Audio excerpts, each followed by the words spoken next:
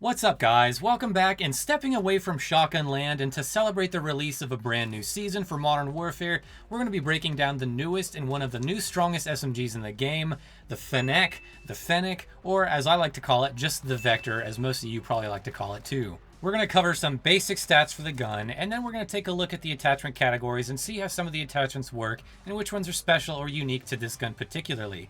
And I'll also be taking a look at the 2-round burst hollow point rounds that you can use with this gun, which will be in its own part of the video. As always, I'm going to leave timestamps in the description below, so you can jump to any part of the video that you would like to see. So let's get right into it. The Vector, as I'll continue to call it, is an extremely fast-firing SMG, and is now the fastest-firing SMG in the game. First off, the most important stat for most people is the damage. So the Vector is not a strong weapon at all in this regard. For the body damage areas, the Vector was actually a little different than most guns and features a head multiplier as usual, but the chest and the stomach actually seem to do the same amount of damage, and then we have the thighs and the limbs lumped together as well. So for the head, we have a 1.6 damage multiplier, and headshots deal 40 damage up close.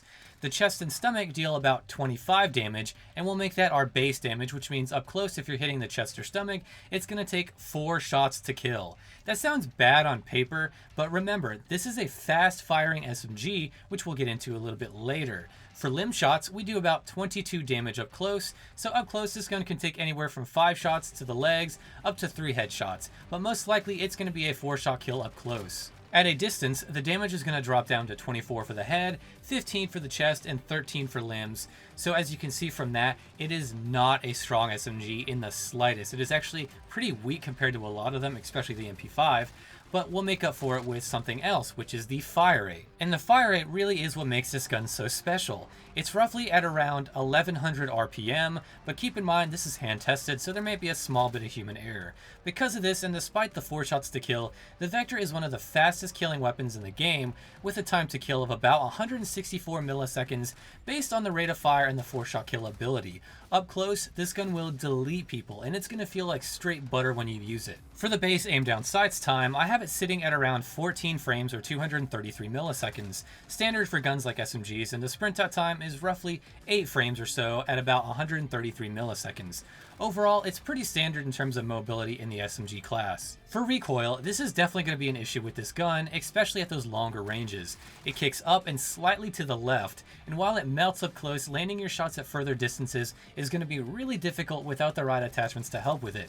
We'll get into these attachments a little later, but know that yes, this gun is going to kick, and yes, it's going to be hard to get that recoil down pat right off the bat, so it's going to take a lot of practice to get used to it. Before we move on to the next section, I wanted to go ahead and give you a list of the unique attachments this gun has, and some of the aim down sights affecting attachments and their aim down sights boosts and penalties. Now, this isn't all of the attachments the gun has to offer, but these are the ones that are more unique to this particular gun, and the ones that usually have a more profound impact on the gun itself. This way, you can always refer back to the sheet if you have a question about a specific attachment that I cover in terms of aim down sights time. Now that we've got some basic stats out of the way, let's take a look at the damage ranges and attachments that affect it. In our max damage range, the Vector can deal 40 damage to the head, 25 to the chest and stomach, and 22 to the limbs. This max damage range is actually only up to 11 meters, which is pretty poor. Past this, the damage drops all the way to 24 for the head, 15 for the chest and stomach, and 13 for the limbs, which will be our minimum damage range. Past 11 meters, you're going to take at least 5 chest shots to kill if you don't hit the head, so you can start to see here with all the damage and range values that this gun is not the best for playing at longer ranges. It's overall a weaker damage gun, but of course that fire rate is really going to help with that. But with the fire rate and the recoil, playing at long range is not going to be the best decision in my opinion with this gun. So how do some attachments affect our damage ranges? We'll start with the barrels, of course, which there are 2. The ZLR 16-inch Apex and then the 18-inch Deadfall. The Apex barrel increases our max damage range up to 15 meters, so it's a 36% increase in range. Along with it, you get a small movement speed penalty and an aim down sights penalty of about 2 frames, but also a nice boost to your recoil control. The Deadfall barrel increases up to 16 meters, so it's a 45% increase, but the aim down sights penalty is about 3 frames compared to the Apex's 2 frames, and the movement speed penalty is also slightly slower than the Apex. This barrel is also unique because it features a built-in suppressor, so it's pretty good for Warzone because of all these different features. In terms of how well each barrel controls recoil, you can see here they're all very similar, and honestly there isn't a reason to use one over the other just for recoil control in my opinion. Yeah, they help, but the difference isn't that noticeable, and the biggest difference seemed to come from the saber suppressor attachment. These barrels also help increase the muzzle velocity, which for this gun seems to be a little bit slow since it's so weak, but with these barrels it's going to help a little bit, so if you're playing Warzone, I really recommend trying out one of these barrels, specifically for that better muzzle velocity, so that you don't have to lead targets quite as much. For muzzle attachments, the monolithic suppressor increases our max damage range by only 9%, and the ZLR Saber takes it up 18%.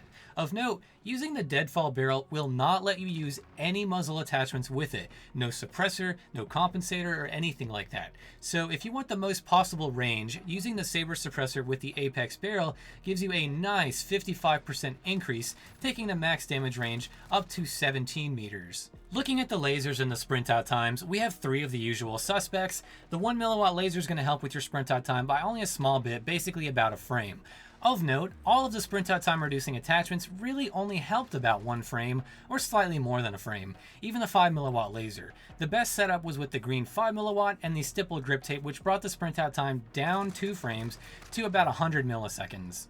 This is going to feel pretty much instant to a lot of people. If you wanted the fastest printout time, use these two, but if you want the most bang for your buck, try using the stipple grip tape on its own, which is really nice because it gives you both that sprint out time boost of a frame, as well as an aim down sights boost of a frame as well. Overall, the sprint out time for the Vector is already pretty fast, and the gun is already pretty snappy, so whatever attachment you want to choose to reduce it will work. It's pretty much just preference, but obviously those who are really craving that fastest possible sprint out time, use the stipple grip tape and the 5 milliwatt laser. Personally, I like using the 5 milliwatt laser because I like that really tight hipfire spray that it gives you, which makes it easier for up close engagements, but really whatever you choose here should work fine. The tac laser is another option with a good boost to your aim down sight speed, giving you a 2-frame boost, along with the usual improved aiming stability, which it does help for longer ranges, but again, longer range engagements is not really what you want to be doing with this gun.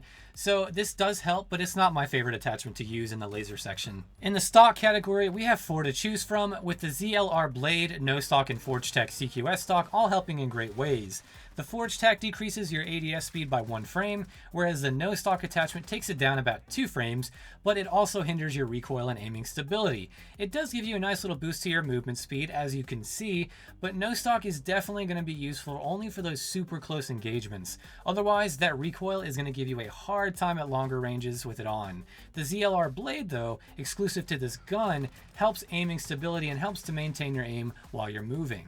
Now, the Vector does have some slight idle sway when aiming, and this attachment definitely helps in that department, but I found other stock attachments to be a little more useful, specifically ones that help with your aim down sight speed, because I like to be as snappy as possible. Now, onto the ammunition category. Besides the 45 hollow point rounds, we have the 40 round drum mag that is basically essential to running this gun. Because of the insane fire rate, the standard 25 round mag goes so quick you don't even have time to blink. The 40 round mag is a must for basically every setup that you'll use this gun with, unless you want to use sleight of hand, which does take your standard reload time of 2.56 seconds to about 1.59, so roughly a 38% decrease in time. Either way, 40 rounds is still the go-to in my opinion, with sleight of hand being another good option, but your point may be best spent elsewhere. It does give you a slight penalty to your movement speed and aim down sight speed, but honestly, it's not bad, and it should always be a go-to attachment for your class with this gun. You still move pretty quick, and well, you really need those 40 rounds, I promise you, especially in Warzone. That just about covers all the main attachments and attachments unique to this gun, so now we're going to hop into the special ammunition attachment, the 45 hollow point rounds. With the hollow point rounds, it changes the Vector to not only have a different damage profile, but to be a 2-round burst as well. Its max damage range, it deals 128 damage to headshots, 88 to the chest, 80 for the stomach, and 64 for the limbs. Looking at this, obviously it's going to mean that it can one-shot headshot people in 1 burst. Everywhere else is going to take about 2 bursts, assuming both of the shots coming out of the gun actually hit the target. The maximum damage range can extend up to 20 meters with no attachments. The damage eventually will drop off, and after about 33 meters or so, headshots will no longer kill in 1 shot. Just based off of these stats, you can already tell this is an attempt at giving this gun a bit more range and versatility at longer ranges, since that max damage range is actually pretty decent for the gun. The rate of fire, or the time between the bursts, is very quick, so even up close it won't be that much of a problem if you're missing your shots, since it can fire so quick. So not only does the hollow round magazine change our damage profile, but we also get a few mobility buffs as well, starting with the movement speed. With it, you can see that we are a little bit faster, and it's actually about the same speed as the no stock attachment, so the movement speed bonus is actually pretty nice. The aim down sights buff will take our time from 14 frames or 233 milliseconds to about 12 frames or 200 milliseconds.